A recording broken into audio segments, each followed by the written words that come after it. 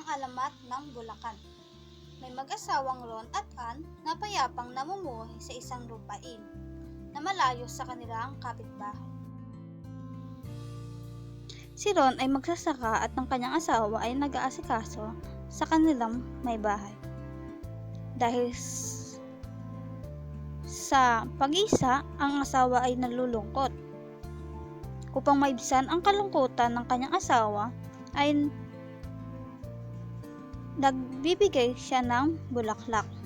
Si Ron ay laging umuwi ng may dalang bulaklak na napupulot o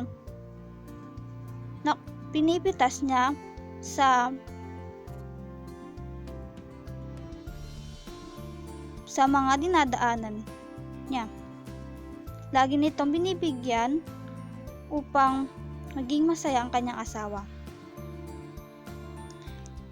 Isang araw, may nangyaring aksidente sa kanilang bahay dahil nakaligtaan ng kanyang asawa ang niluluto at siya ay nakatulog. Dahil malayo ang mga kapitbahay, ay walang nakapansin na nasusunog na ang kanilang bahay.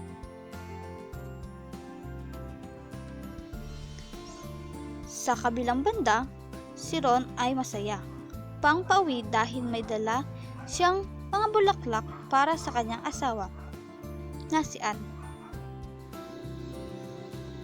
Nadatnan ni Ron na nasusunog na ang kanilang bahay kaya hinanap niya ang kanyang asawa, subalit hindi niya matagpuan at nanlumo siya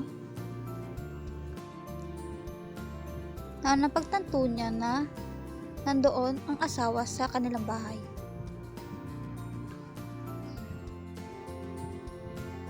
Puno ng hinagpis ang kanilang naramdaman. Siya ay umiyak ng umiyak sa pagkawala ng kanyang asawa.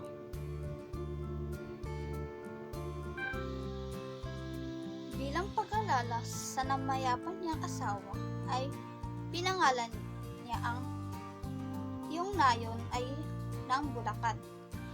Kaya ngayon tinatawag itong Bulacan.